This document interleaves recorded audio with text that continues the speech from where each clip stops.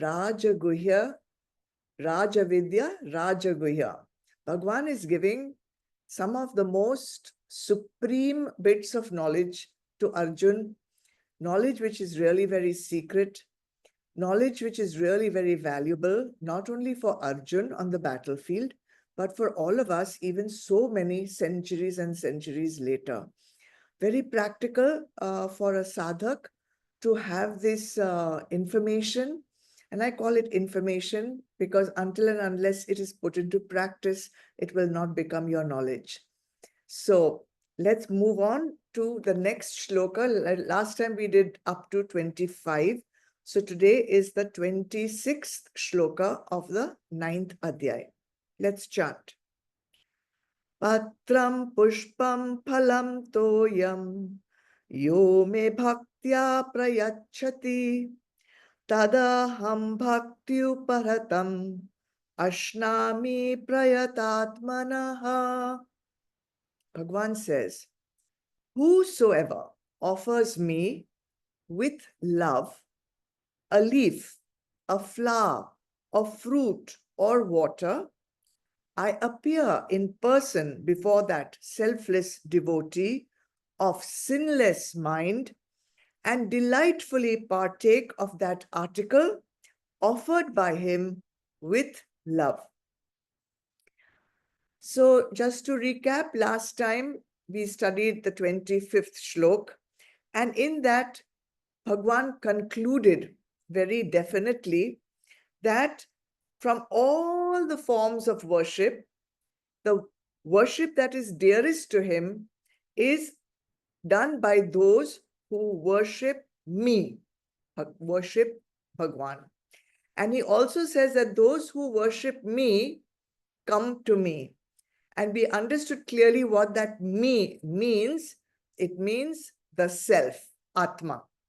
Yanti madhya jinopi mam. That is the phrase in the 25th shloka. Who are these devotees who are worshipping the self, the supreme being, the Atma? They said selfless devotee of sinless mind. They have already done all the purification process recommended by the Vedas. They have also mastered the sadhana chatushtai, which is Vivek, Vairagya, Shatsampati, Mumukshatva. Plus, they have done the sadhana of Shravan, Manan, Nididhyasan. All this we have covered in the previous shloka, so I'm not going to go through that again. Now, what they will be doing is that they will be worshipping in such a way that it is higher than the worship of the devas, worship of the pitrus, and also worship of the bhutas. All this we have done in the previous shlokas. Now we already know through experience of our own self that when we do the worship of the devas, our pujas, our anushtans, they are really quite elaborate. They require a lot of preparation. They are quite difficult. The mantras are also difficult. And it's not an easy task to have an anushthan, etc. So we wonder if worship of the Atma, worship of the self is higher than this anushthan and this puja and the worship of the devas. If this worship, Bhagwan is saying higher, then maybe it is more difficult, more elaborate, more complicated. Bhagwan is now clearing it for us that no, on the contrary, worship of the divine in its pure state, in its pure being, the worship of the self is the simplest form of worship, okay, compared to any other form of worship. So when we do the pujas and anushtans, there is samagri to be arranged, and it's all written in the Karmakand of the Vedas. We have to follow those prescriptions. We have to have certain grains, certain fruits, certain flowers, different kind of grains for different kind of devtas, different colored cloths, and specific bhog for different timings of the pujas. So many things to be prepared. So, and it all has to suit the Devta that we are invoking in that puja. And sometimes it is a grand anushtan. So we need many panditjis to chant the mantras which we cannot chant. We have sometimes many yagnas, havan yagnas, havan kunds to do the puja. The bigger the puja, the bigger the anushtan, the bigger the fruit which we will get. And unfortunately, in some tamasic forms of worship, we even chadhao some bali. We offer a living being. But that is tamasic way of worship. This is not the way that Bhagwan is recommending as the highest form of worship. When it comes to worshipping the supreme divine being, none of this preparation is compulsory and maybe not even needed at all. So, what is this worship of the supreme being? It is simple, it is an internal worship, and the oblation, what we have to chadhao, the main oblation in this worship is devotion, bhakti. In this shloka, twice Bhagwan mentions this fact. First, he says, Yo me bhaktya prayachati. Those who offer me oblations with bhakti. And again, second time, he says, Tadaham bhaktyu paratam. Offered with love. Whatever you offer, it doesn't matter. It needs to be offered with bhakti, with devotion, with love. Why is Bhagwan saying, I will accept whatever the sinless devotee offers me?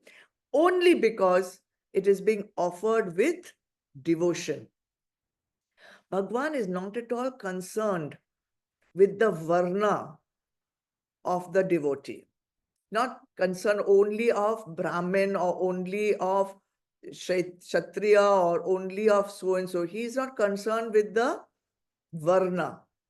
He is also not concerned with the intellectual prowess of the devotee. How many mantras you can chant, how well can you chant, how well do you speak Sanskrit, not concerned with any of that. So he's not even concerned with how much tapasya you are doing to do this anushtan, or even apart from the anushtan, how much tapasya you have done. No. What matters for the worship of the self is only bhakti, only devotion. So the moot point that we must remember when we do anushtans or when we offer things, what are we offering? We can only offer the vishay that we have got from Bhagwan. All the source of every oblation is Bhagwan only. We have nothing else. What can we offer that is truly ours? No samagri, no fruit, no flower. This all come from Bhagwan. The source of all our oblations are Bhagwan only. The only thing that we can say can come from us is our devotion. And that is all that Bhagwan is looking for. So now, how can we express our devotion to Bhagwan? What is this form of worship? Bhagwan says, Patram, Pushpam, Phalam, Toyam. Patram, leaf. Pushpam, flower. Phalam, fruit. Toyam, water.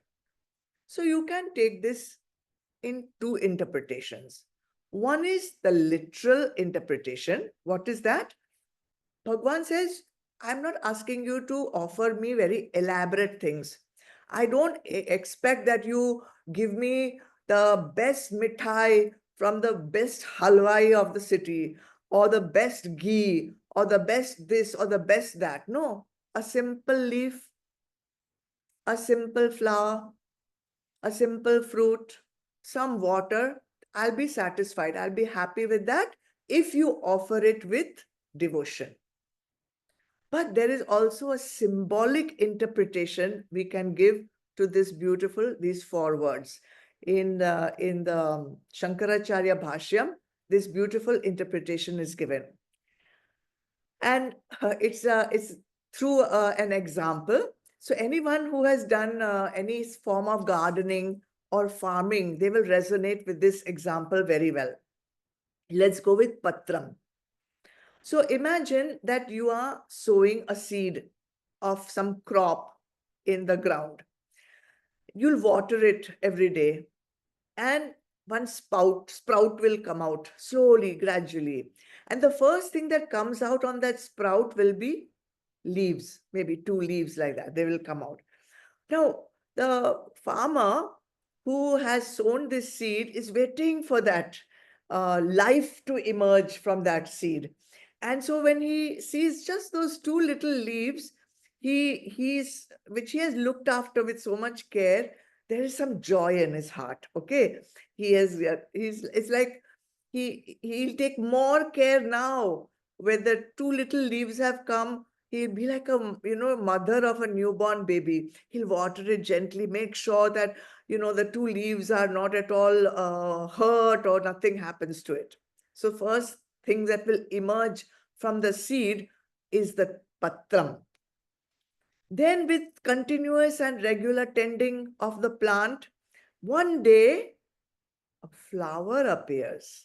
Wow. Now the gardener's heart is filled with joy. He's beaming with joy.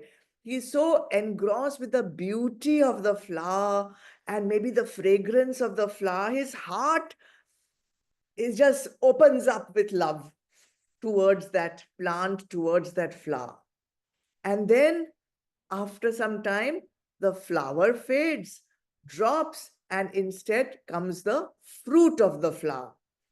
When the fruit comes, the gardener says, my labor of love has been successful. I'm sure that if any of you have even planted one banana tree or one small plant in your terrace or your garden, you will resonate with this very beautifully. We have so many fruit trees on our terrace, and whenever you see that one little custard apple growing or one chiku growing, you feel so full of joy just seeing that.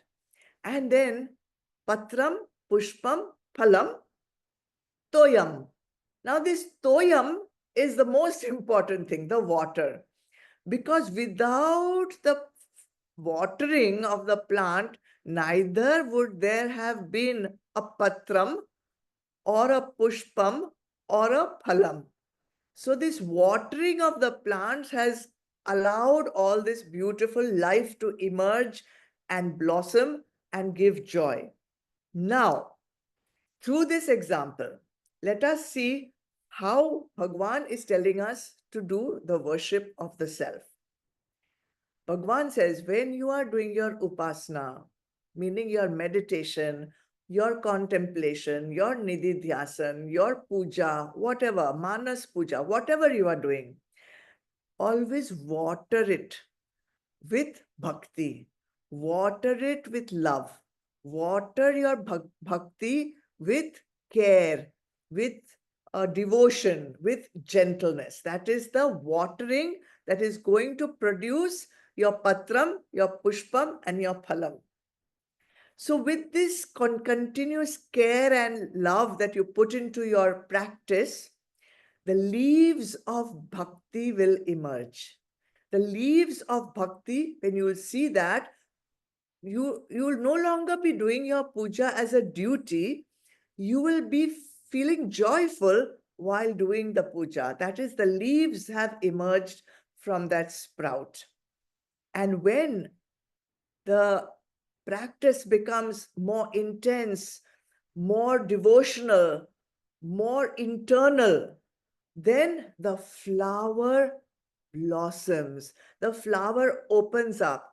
And when the flower opens up, you see its full beauty. You can experience its fragrance. And that fragrance and that beauty, when it opens up with the flower, it's like your heart opens up. Now you're not doing it mechanically. It is coming from deep within you. Your heart has opened up. And when your heart opens up, the fruit of bhakti is offered to you. And what is that fruit of bhakti? It is that connection with the divine.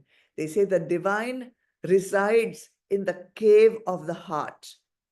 When that heart chakra opens up, then the connection is made with that divine being that is within you and that which you are.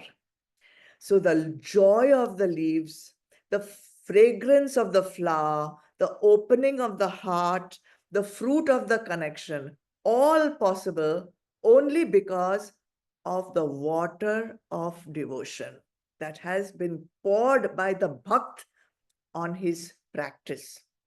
And what Bhagwan says, I will come and I will accept your offering. What he is accepting is that water of bhakti. What Bhagwan is accepting is your love, your devotion. That is what Bhagwan is accepting. So Bhagwan says, Aham Ashnami. Aham Ashnami. I will accept. I accept your devotion. Now, if you see the meaning of the word, Ashnami does not mean I accept. Actually, Ashnami means I eat. Because Bhagwan is saying, whatever you offer me, I will eat. So that is why the word Ashnami has been used, I will eat. But everyone knows that the Supreme Being is not going to come in your puja room and he's not going to physically eat the prasad. It means I will accept the prasad. In Chandogya Upanishad, there is a shloka just for this particular point. It says, the gods certainly do not eat or drink. They become contented by seeing this very nectar. Nectar means what? Devotion. They get contented just to see the bhakti and the love of the bhakt. So why did Bhagwan use the verb ashnami, eating? He could have easily used the word I accept. He could have said aham swikaromi, I accept. Why aham ashnami, I eat? So, so beautiful. I mean, how these rishis and how Bhagwan Vedyas has thought of all these beautiful feelings is beautiful. So when Bhagwan says, I eat, what he's saying is, I consume the love of those who are watering the plant of bhakti. So when this love or this devotion, pure love, arises in the heart of the bhakt during his bhakti, as I said, his heart fills up with that devotion, and that love goes deep into his heart, fills up his entire being. And when it goes to the innermost core of the bhakt, it goes and reaches what? Deep into the subtle regions, Atma. Love pervades the bhakt. And you know, Atma also pervades the bhakt. So this bhakti pervades the entire being of the bhakt. It reaches the Atma, and the Atma then absorbs, consumes, eats up that love. How beautiful is that? So slowly, slowly, slowly, the Atma gets absorbed with this love. He consumes this love up. Aham Ashnami. Aham, who's talking? Atma. Atma says, I will consume your love. And not only it will consume your devotion, but slowly, this process, he will consume the devotee also. And what does that mean? It means he will swallow up your sense of limited self. Bhagwan, Atma will consume, eat up, swallow up your sense of limited self, your ahankar, your ego. And what will be left will be just Atma, because the limited ego will have disappeared. Then the Bhakt no longer remains the Black Bhakt. He merges with the Atma and gets liberated through Para Bhakti. So the Lord is not only going to swallow your devotion, he will also swallow the devotee. Okay. So this is the beautiful analogy through leaf, flower, fruit, and water. If you do your bhakti with this bhava, you will also be consumed. Your ego, your ahankar will be consumed by the Atma, and you will merge with that Atma. So, when should I be doing all this? I mean, like, what is the method? What is the time that I should be doing all this? How much time should I keep away for my sadhana in my busy life? I have so many other things to do. When should I be doing this bhakti? So that Bhagwan is clarifying in the next shloka. Let's read number 27. Yat karoshi yadashnasi yajjuhoshi dadasi yat tapasyasi kaunteya tat kurushva madarpanam. Arjun, whatever you do, whatever you eat, whatever you offer as oblation to the sacred fire, whatever you bestow as a gift, whatever you do by way of penance, do that as an offering to me. So in the shlok which we just read, we were told what to offer. What was it that we have to offer? Our bhakti. Now, when should we make this offering? So Bhagwan is telling us how to transform our ordinary actions into a worship of the self. The first one is Yat Karoshi. Whatever you do. When should you do this bhakti? In whatever you do, whenever you're doing, not just during your puja, not just during that 10-15 minutes that you sit in front of your mandir, in every action, in whatever action you do. So how is that going to happen? How do you do that? Well, whenever we do any action, we have a very clear notion. I am doing this or I am doing that. I am talking on Zoom. I am listening to the pravachan. I am eating my food. I am going to the office. I'm coming back, etc. So we have a clear understanding in our head. I am doing this action. Now, the minute we get this sense of I am doing, sense of doership, the minute we have accepted this sense of doership, then the sense of enjoyership or the sense of receiving the result of the action will automatically follow. The minute the karta bhav comes in to play, the bhokta bhav also consciously or unconsciously will have to come into play. But when we have learned through satsang, through our studies, when we have the insight that none of our organs of action or even the organs of our perception, they can do absolutely nothing unless and until they are illumined by the Atma. And so when we have that understanding that I means who, my hand is doing, my legs are doing, my mouth is doing, I cannot do anything until the Atma, this is Jad. Atma is the one, the substratum through which the actions are being done through the BMI. So then with that understanding, when we do whatever we do, then we are dedicating those actions to that highest divinity.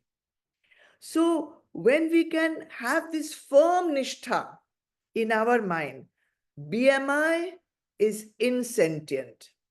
BMI is impotent. BMI can do absolutely nothing. This mind can do absolutely nothing.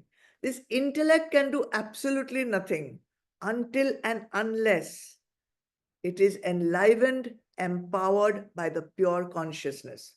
Then, when we do the action with that nishtha, then that action becomes worship of the divine. So, every action possibly can be done with this notion of worship of the divine. Only thing is, we have to do it with no karta bhav and therefore no bhokta bhav. Any other time when we have to do this kind of worship? Yes. The second condition time of doing this worship, Bhagwan says, Yadashnasi. Yadashnasi, again we have come, Aham Ashnami. Aham Ashnami is I eat. Yadashnasi, whatever you eat, whenever you eat, that is also considered worship. Let us understand how. Let's say you go to the mithai shop. You buy one laddu, one kaju katli or whatever, halwa, whatever you buy. Then you eat it. Then you'll enjoy the taste. You know that you're eating some very good high-end mithai, okay? And the same mithai, before you eat, if you offer it to your Bhagwan in your puja, then that laddu is no longer a laddu. You have offered it as bhog and you have got back prasad. Everything that you offer in your Bhagwan's mandir no longer remains laddu and katli. It becomes a gift that has come back to you from Bhagwan. But surely, not just the laddu and the katli that you put in the Bhagwan's mandir becomes prasad and that you get back as a gift from Bhagwan. Everything that we eat is a gift from Bhagwan, isn't it? Think about it. All the wheat, the rice, the vegetables, the sugar, the milk, what? It is not yours. It is a gift from Bhagwan. It has come to you. So everything that you eat is a gift from Bhagwan. Therefore, everything that you eat is a prasad. And if everything you are eating is a prasad, then eating itself becomes a form of worship. This is what Bhagwan says. Whenever you eat, think, wow, this, and I don't want to say it, but sometimes we criticize the food we eat. Sometimes we reject the food which is being served to us. Now, this is not worship. Worship is saying, wow, it is not my birthright to get this dal chawal also. So I accept it as prasad. And when I accept it with prasad and I eat it with love and devotion, it becomes worship of the divine. There's a second way you can interpret this word, yadashnasi. Now, when we eat the food, and this everybody knows, even school children know, the food that you goes into the digestive system, it gets digested in the stomach. The stomach does the job of digesting the food. But the stomach is jad, isn't it? By itself, it cannot do it. So there is a sentient being that enables the stomach to digest that food.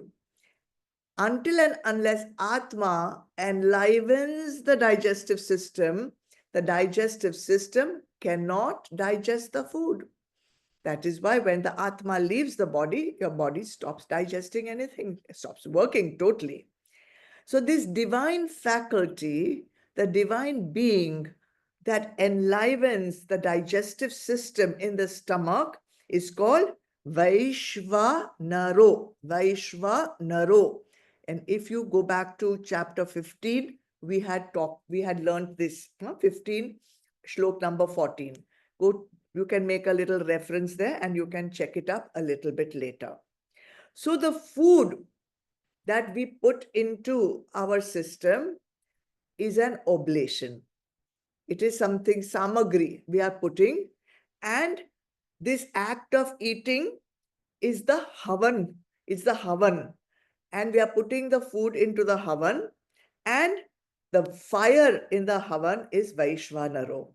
So that is why the whole act of eating becomes worship of the divine if we are eating with the bhava that I'm offering this food to the divinity which is within me. Beautiful, right?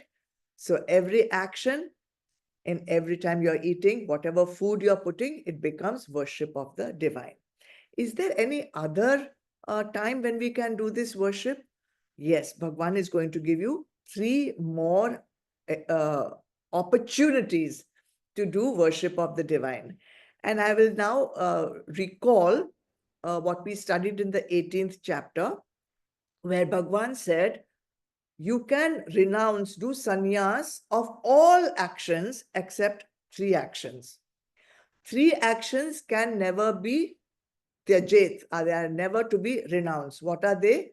Yagna, tapa, dana. These 3 actions are never to be renounced. Why? Because they are actions which purify the antakaran.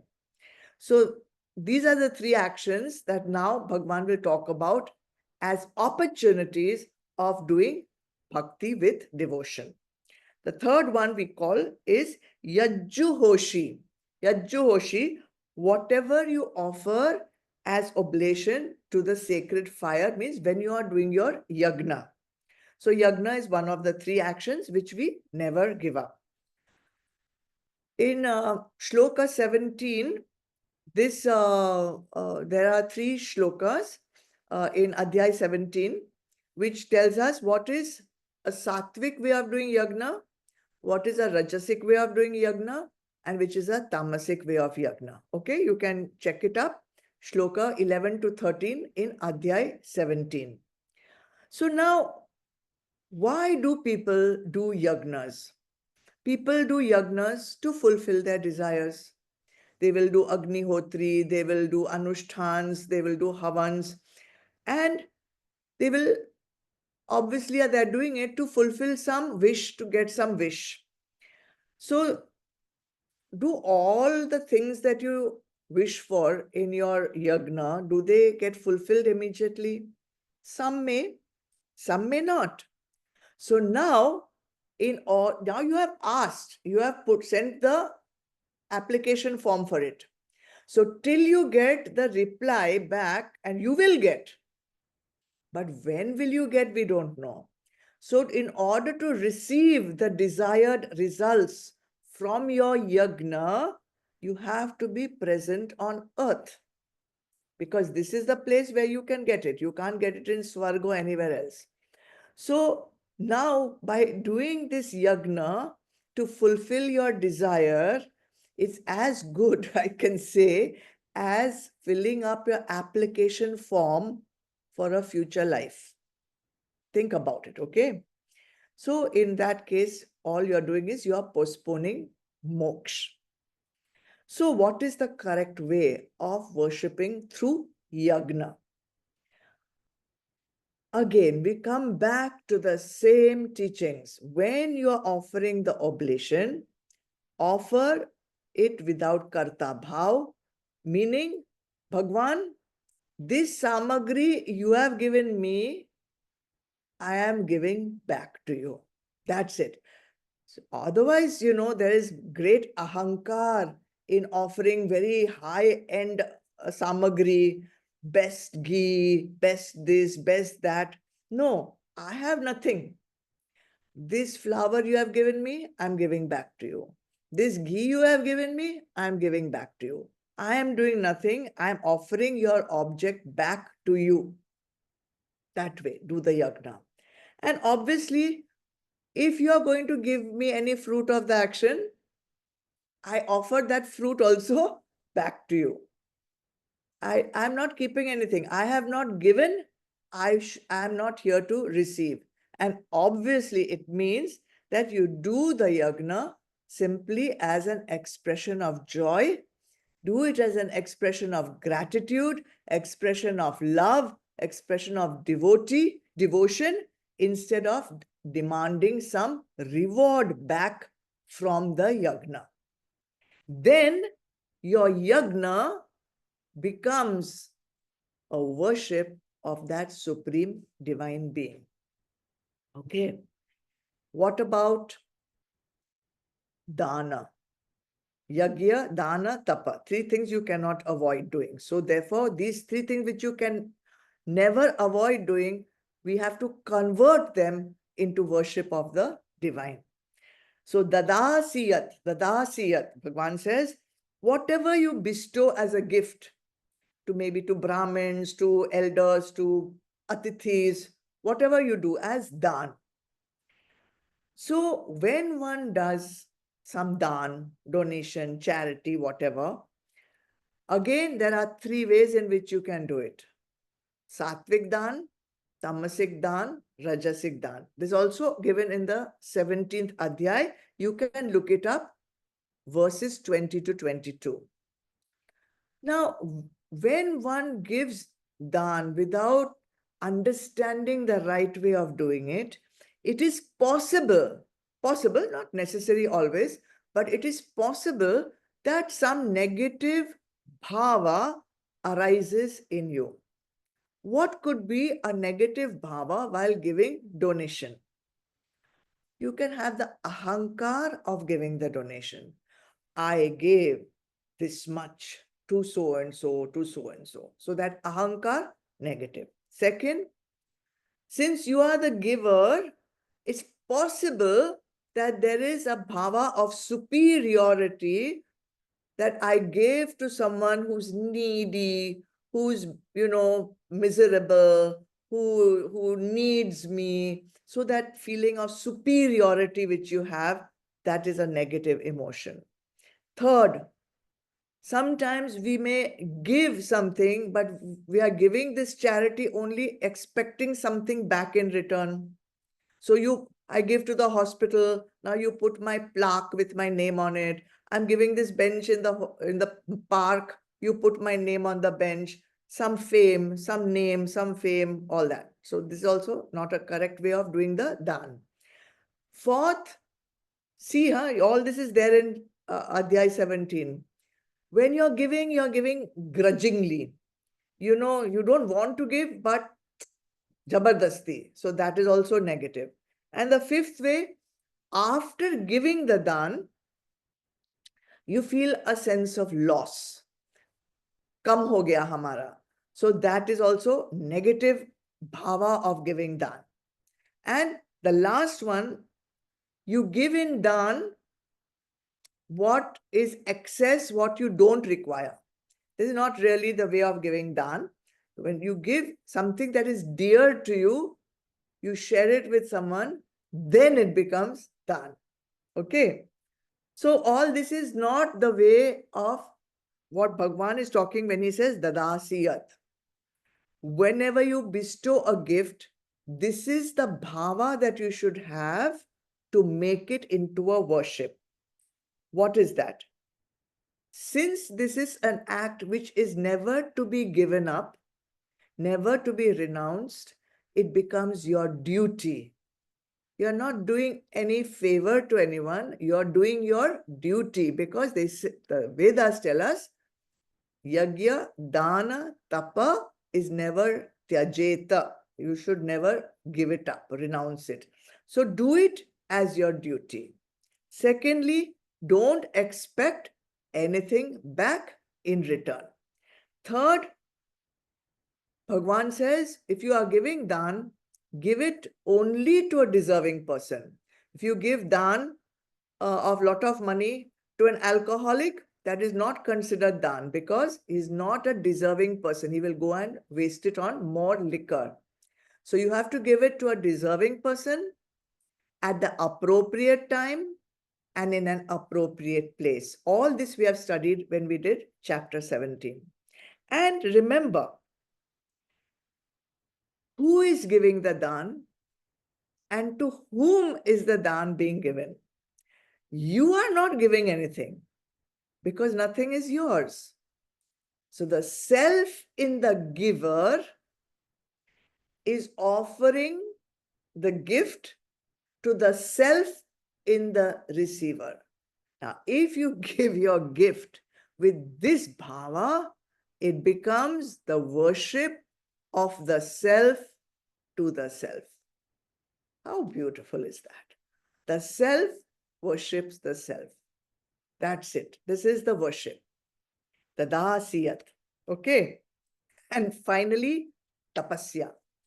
People do lot of tapasya. Yat tapasyasi. Whatever you do by way of tapasya, penance. This also has been dealt in detail in the 17th Adhyay, Shloka 17 to 19. 3 ways of doing tapasya. Satvik tapasya, Rajasic tapasya, Tamasic tapasya. Now, when we do tapasya also, it is possible that we do it incorrectly. What is that? We do the tapasya to get some vardhan, to get a boon, to get some reward, to get some honor. All the Rakshasas used to do tapasya like that. Or we do tapasya to show off, to boost your ego, it boosts your ahankar, your self-worth. It's also wrong tapasya. And sometimes, unfortunately, people also do tapasya to harm other people. I do this tapasya, you kill this person or whatever. This tamasic tapasya, tamasic worship. So this is definitely not considered as worship. What is the correct way? When we do some sadhanas prescribed by the Shastras, prescribed by the Guru, they feel uncomfortable. They are difficult to do because the BMI, the body and the mind and the intellect, have got comfortable living in a particular way. We have got some habits and we are quite happy going along that way without realizing where those habits are taking us. So when the Guru tells you, when the Shastras tell you, change your habits, change the way, you look at things, change the way you respond to things, it is uncomfortable. It is uncomfortable when you try to practice sama, dhamma. It is uncomfortable to create a gap, right or wrong. It is uncomfortable to do witnessing. You want to react. No, witness or at least respond instead of reacting. All this sadhana requires titiksha, the ability to bear the discomfort for your highest good. Forbearance is required. So this is the tapasya. This kind of tapasya, when you do it, dedicating your effort to that divine being within yourself with whom you are trying to connect, you are doing this tapasya to connect with the self, then this tapasya is devotion. This tapasya is bhakti, which will take you to that highest goal. So therefore, all tapasya done with devotion, asking for no return, asking for no reward, asking for no vardhan, becomes worship of the divine. So 5 actions, you have opportunities to do worship of the divine. Firstly, all actions in general, then while eating, then while doing your yagna, then while doing any dan, giving anything to anyone, and then while doing tapasya. All of us have the opportunity of doing all of this on every day. So by these 2 shlokas, examine how you are doing, whether you are doing this as a worship of the divine, whether this is taking you closer and closer to your highest goal, or it is keeping you status quo wherever you are right now. Okay?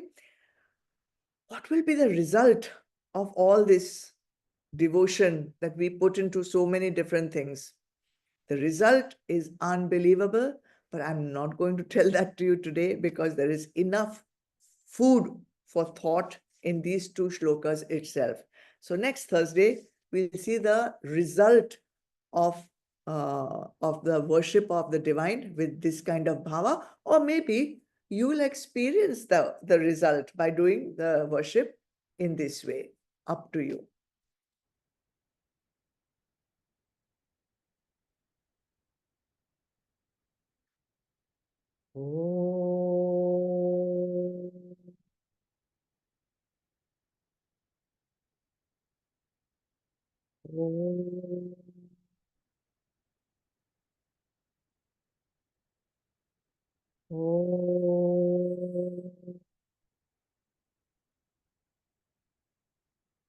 Asato ma Sadgamaya Tamasoma Jyotirgamaya Mrityurma Amritam Gamaya.